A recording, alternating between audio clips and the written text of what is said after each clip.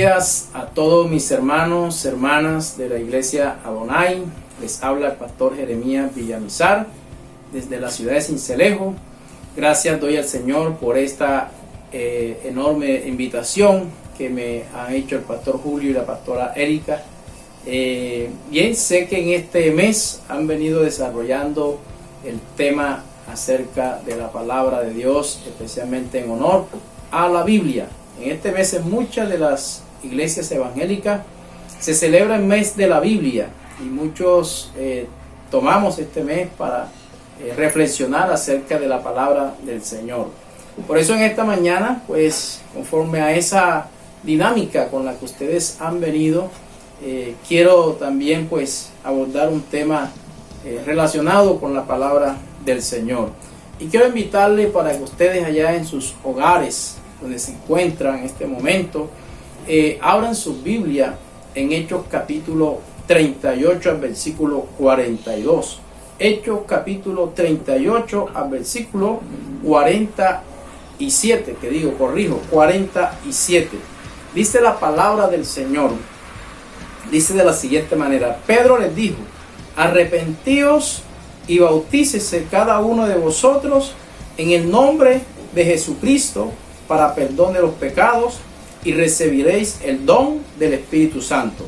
Dice: porque para vosotros es la promesa, y para vuestros hijos, y para todos los que están lejos, para cuantos el Señor nuestro Dios llamare.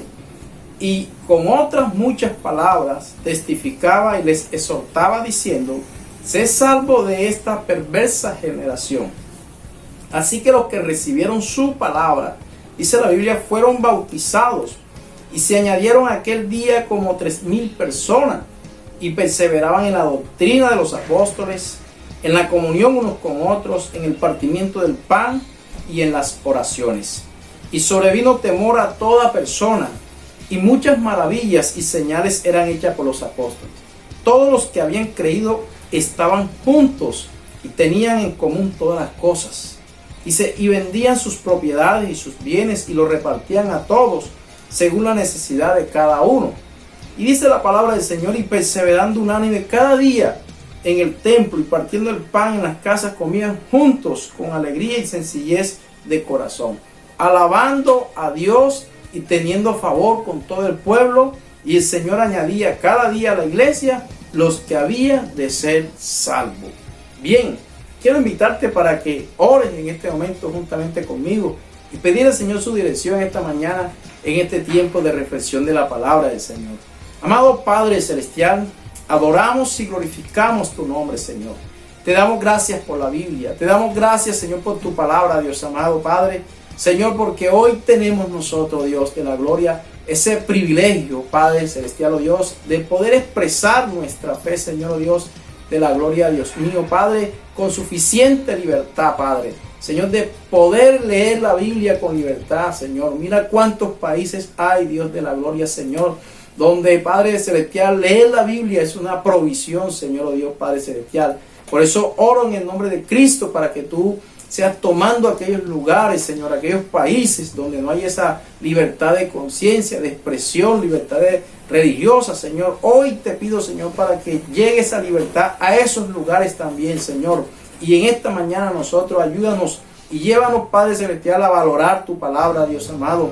Padre, como el tesoro más preciado, Dios mío, que tenemos nosotros, Padre, para alimentar y fortalecer nuestra fe en este tiempo que estamos viviendo. Gracias te doy por la iglesia, Señor, por Julio, también, Señor de la gloria, por Erika. Gracias, Padre, por sus vidas, Dios, y te pido, Señor, que nos ilumines y que la iglesia sea edificada en el nombre de Jesucristo. Amén y amén.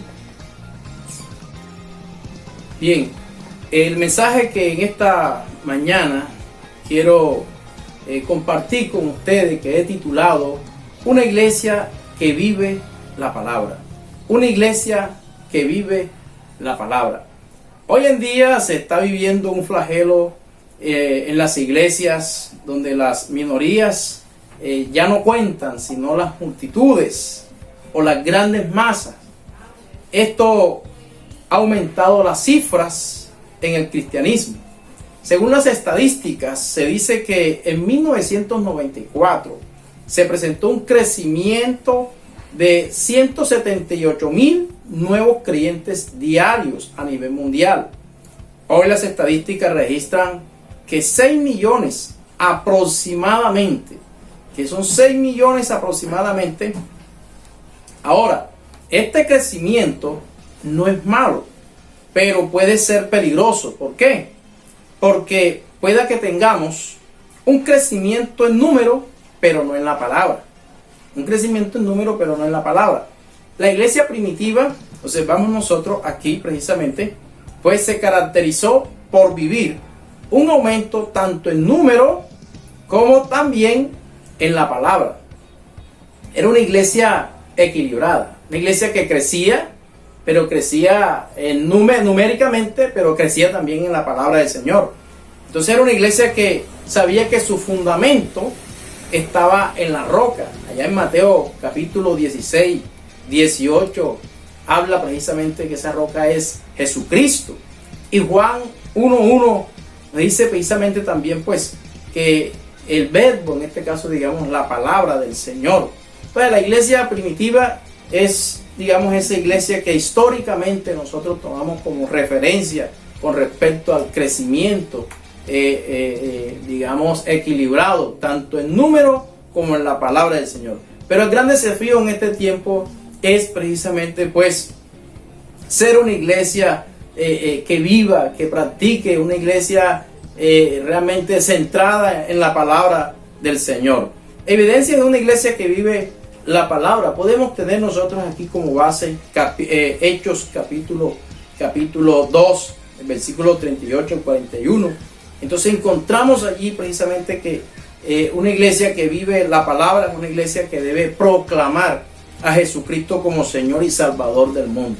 Una iglesia que en verdad se da por, en este caso, tener como fundamento la palabra del Señor. Es una iglesia que proclama a Jesucristo como Señor y Salvador del mundo.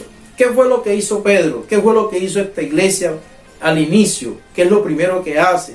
Precisamente Pedro, en este caso, que es el primer predicador que aparece allí en la iglesia primitiva y quien era el personaje principal, precisamente, digamos, del mensaje de él. ¿Quién era ese personaje principal?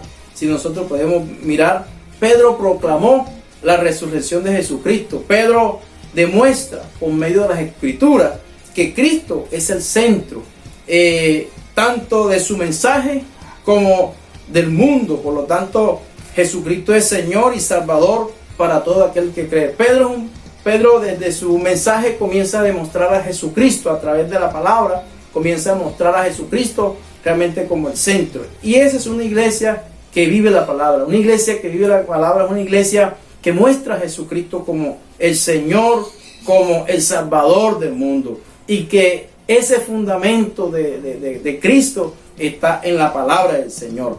Y encontramos nosotros y observamos precisamente que testifica y exhorta a través de la palabra para que otros sean salvos. En el versículo 40, nos habla el texto allí en el versículo 40, nos dice la palabra del Señor. Dice, y con otras muchas palabras testificaba y les exhortaba diciendo, sé salvo de esta perversa generación. Es interesante que la exhortación, el testimonio de la iglesia debe estar fundamentado en la palabra del Señor. Y una iglesia que vive la palabra, pues realmente habla y testifica de Jesucristo, demostrándolo a través de las Escrituras. La iglesia es testigo del poder sobrenatural de Dios y por lo tanto debe manifestar ante el mundo, escuche bien, que Dios es dueño de todo lo creado. La iglesia es llamada a exhortar al pecador para que éste se vuelva precisamente del pecado hacia Dios. Una iglesia que vive la palabra es una iglesia que exhorta también al pecador, que hace que el pecador se vuelva realmente de su pecado hacia Dios. Es una iglesia que debe atraer personas. Una iglesia que vive la palabra es una iglesia que atrae personas, Dice la palabra del Señor, y atrae personas con su predicación. Eso sí es cierto. Notamos nosotros precisamente aquí en el versículo 41, precisamente nos dice la palabra del Señor que fueron como 3,000 personas es el resultado de la proclamación precisamente de una palabra cristocéntrica, donde Cristo era el centro del testificar de los hechos majestuosos de Dios y de una exhortación bíblica basada en la resurrección de Jesucristo. ¿Qué le decía Pedro?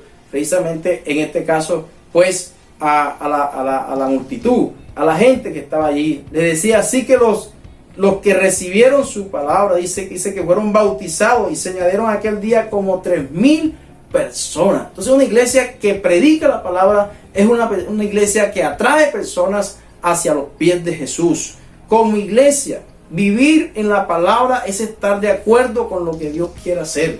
Eso es lo que nosotros en este tiempo como iglesia debemos buscar, hacer la voluntad de Dios, hacer lo que Dios quiere que se haga desde la palabra del Señor. Entonces una iglesia que vive la palabra es una iglesia que permanece, es una iglesia que permanece. Y la iglesia primitiva vivió uno de los más grandes avivamientos de la historia cristiana. ¿Por qué? Porque le encontraron el verdadero sentido a la vida cristiana. Se deleitaron en la palabra del Señor. Nosotros como iglesia también tenemos que perseverar. Era una iglesia que perseveraba en la doctrina, es decir, que estaba en una continua búsqueda en la lectura de la palabra del Señor, en la comunión entre ellos como hermanos. Había sanidad entre ellos mismos, precisamente, en la celebración de la Santa Cena, en las oraciones. Encontramos nosotros aquí que dice la Biblia y nos habla precisamente, dice que perseveraban en la doctrina de los apóstoles. Una iglesia que vive la palabra es una iglesia que refleja un clima también de comunión, cuando como iglesia, como creyentes, como comunidad vivimos la palabra del Señor, venimos a manifestar realmente un clima de comunión como la que estaba manifestando en este caso pues la iglesia primitiva. ¿Cómo estaban los creyentes? ¿Cómo tenían sus cosas? En versículo 45 precisamente nos habla y nos dicen que es una iglesia que hacía obras sociales, una iglesia donde se cubrían unos a otros, cubrían sus necesidades. Entonces, cuando la iglesia vive la palabra, Dios bendice nuestras vidas. Cuando la iglesia, cuando el creyente decide vivir la palabra del Señor en su vida, y cuando la iglesia se comienza a practicar, a vivir la palabra del Señor y esforzarse por cada día crecer en la palabra del Señor, es una iglesia realmente, digamos, que va a ser bendecida. Es una iglesia que no deja de congregarse. Cuando la iglesia vive la palabra, es una iglesia realmente que no deja de congregarse. ¿Qué nos dice Hebreos capítulo 10, versículo 25? Nos dice que no debemos dejar de congregarnos como algunos tienen por costumbre. Entonces, es una iglesia que refleja el gozo que hay en el corazón. Es una iglesia que refleja el gozo que hay en el corazón. Y es una iglesia que de otra manera, pues, realmente vive la palabra, pero también se santifica. Es una iglesia donde hay una camaradería, y una iglesia que vive la palabra es una iglesia consagrada. Es una iglesia consagrada. Una iglesia que vive la palabra es una iglesia que se da a conocer ante el mundo. Mire lo que dice la palabra del Señor de esta iglesia. Dice que cada día el Señor añadía a los que habían de ser salvos en la iglesia primitiva. Pero me llama la atención cuándo y a partir de cuándo comienza esta iglesia a crecer, a desarrollarse, a madurar los hermanos. Cuando ellos comienzan a perseverar en la palabra del Señor. Y como iglesia, hoy nosotros, como iglesia cristiana evangélica, realmente nuestra misión, nuestra prioridad, como la oración, la palabra también juega un papel fundamental. Hay veces que se hace más énfasis en la oración que en la palabra. Esto es un binomio que debe ir junto, debe ir de la mano. Si nosotros oramos, debemos proclamar la palabra del Señor. Y por eso la palabra del Señor es el mensaje central de la iglesia.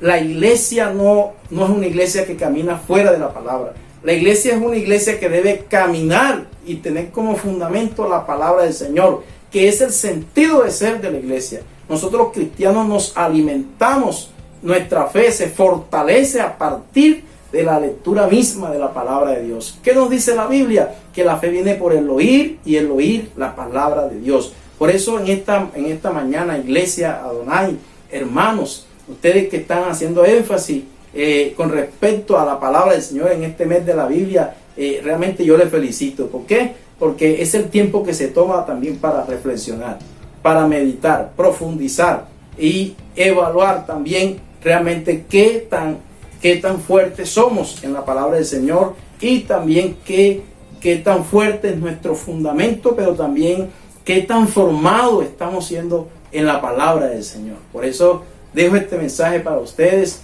y agradezco mucho al pastor Julio, a la pastora, a todos ustedes, que el Señor les siga bendiciendo en este mes de la Biblia, en este mes que podamos seguir leyendo la palabra del Señor, tomando un texto, seguir estudiando cada día más. Como dice allá Pedro, realmente habla de que nosotros debemos desear como niños recién nacidos la leche espiritual no adulterada. Debemos despertar ese anhelo, ese deseo por la palabra del Señor, como dice allá precisamente el libro de Esdras, donde habla pues que Esdras había preparado su corazón para inquirir en la ley del Señor. Yo creo que este es un tiempo fenomenal, especial, para nosotros encontrarnos con el Dios vivo a través de la palabra viva. Te animo en este mes para que lo hagas. Dios te bendiga, Dios te guarde, y que tengan ustedes un feliz día. Bendiciones a todos.